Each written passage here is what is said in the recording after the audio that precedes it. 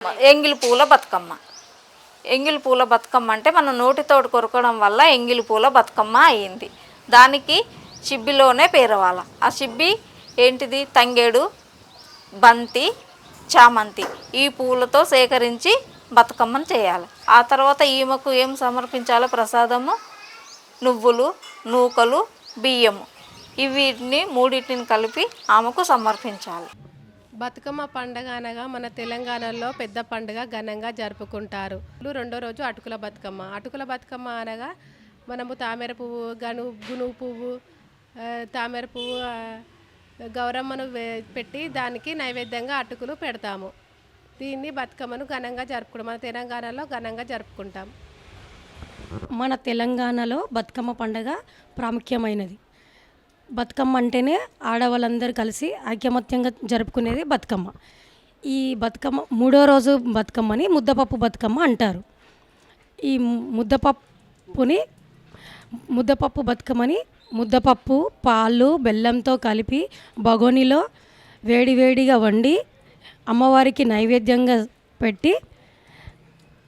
పెడితేనే ముద్దపప్పు బతుకమ్మ అంటారు. తెలంగాణలో మనకు బతుకమ్మ చాలా గొప్పమైనది. ఆడపడుచులందరికీ ఇష్టమైన పండుగ బతుకమ్మ పండుగ. బతుకమ్మ పండుగని నాలుగో రోజున బతుకమ్మని తంగేడు, గునుగు పూలతో నాలుగంతరాల బతుకమ్మను చేసి ఆ శిఖరం పైన గౌరమ్మను పెడతారు. నాలుగో రోజున నానబెట్టిన బియ్యాన్ని పలహారంగా పెడతారు. తెలంగాణలో బతుకమ్మ అనేది ప్రాముఖ్యమైన పండుగ. ఈ పండుగను తెలంగాణలో ఆడవాళ్ళు, పిల్లలు, పెద్దలు అందరూ జరుపుకునే పండుగ. ఈ పండుగను పూల పండుగ అని కూడా అంటారు. తెలంగాణలోని 9 రోజులు 9 రకాలుగా అమ్మవారి పూజలు జరుపుకుంటారు. అందులో బతుకమ్మని కూడా 9 రోజులు 9 రకాలుగా పూజిస్తారు. ఒక్కో రోజు ఒక బతుకమ్మ పేరిట బతుకమ్మ పూజలు జరుపుకుంటారు.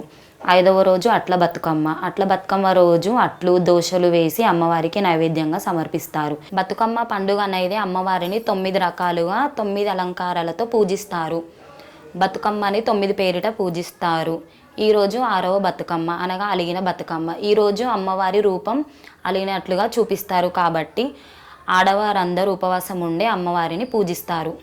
ఈరోజు 7వ రోజు అంటే వేపకాయ బతుకమ్మ.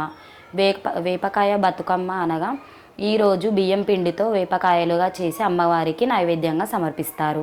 తెలంగాణలో బతుకమ్మ పండుగకు చాలా ప్రాధాన్యత ఉంది. ఈ పండుగను పిల్లలు, పెద్దలు అందరూ కలిసి జరుపుకునే పండుగ. ఈ పండుగను పూల పండుగ అని కూడా అంటారు. ఈరోజు 8వ రోజు అనగా 8వ రోజు వెన్నెముద్ద బతుకమ్మ.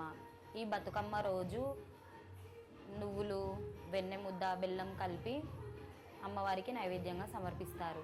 తెలంగాణలో బతుకమ్మ పండుగకు చాలా ప్రాధాన్యత ఉంది.